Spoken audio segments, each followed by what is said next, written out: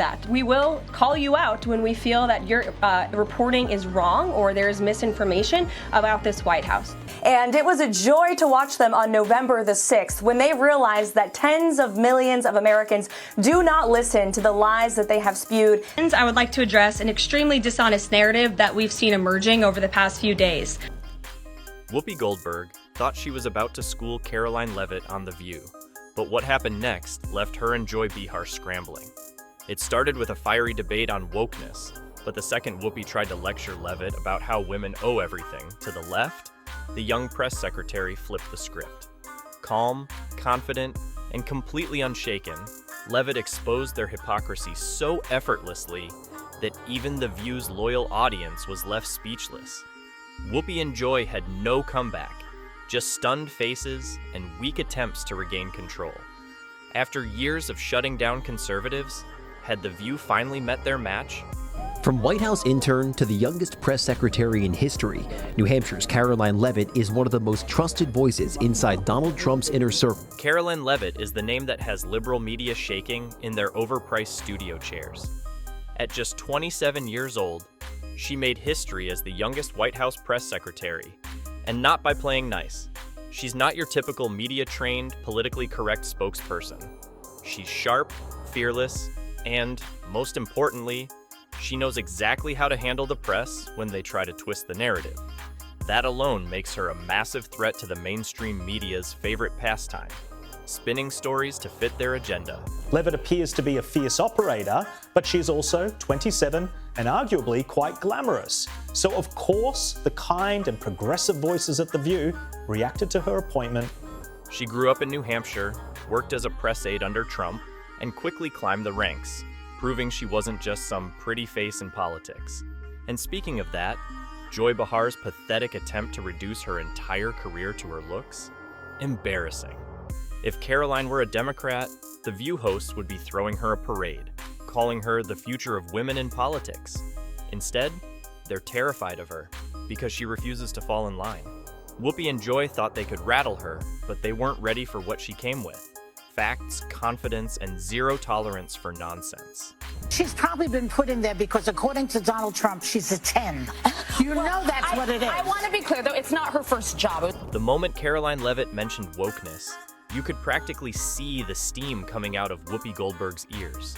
She completely lost it, acting like Leavitt had just insulted her entire existence. With that signature "I know better than you" tone, Whoopi hit her with, "Women weren't invited to the table before. The reason we fought so hard was so you didn't have to worry about this." Translation: you owe us for paving the way, so sit down and agree with us. Classic Whoopi, always ready to turn every discussion into a lecture. If you don't have anything to say, you blab. You just go on and on and on and on and on and on and on and on and on and on and on and on and on and on and on and on and on. But Leavitt wasn't having it. No flinching, no stammering, just pure confidence. She shot back, explaining how wokeness isn't about empowerment anymore. It's about silencing people who refuse to follow the progressive script. She made it clear that conservative women like her get attacked not because they aren't strong, but because they refuse to play by the left's rules.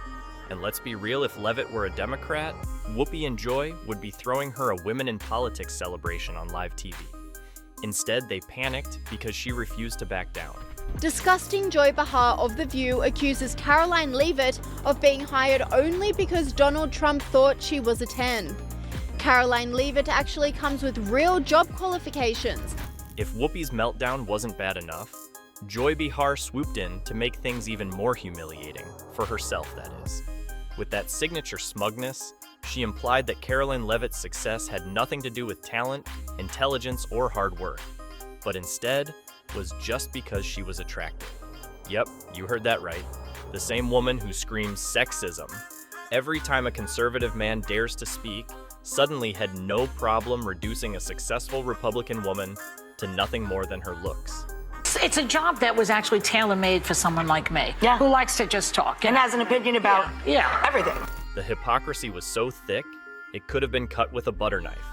Joy, who loves to play the feminist warrior, literally did the one thing she claims to fight against: objectifying a woman in politics. If a conservative had said something like that about a Democrat, there would be headlines, outrage, and probably a full-blown View segment demanding an apology. But because it was Joy targeting a Republican, silence.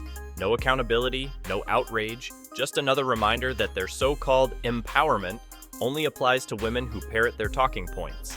The second that episode aired, the internet went feral.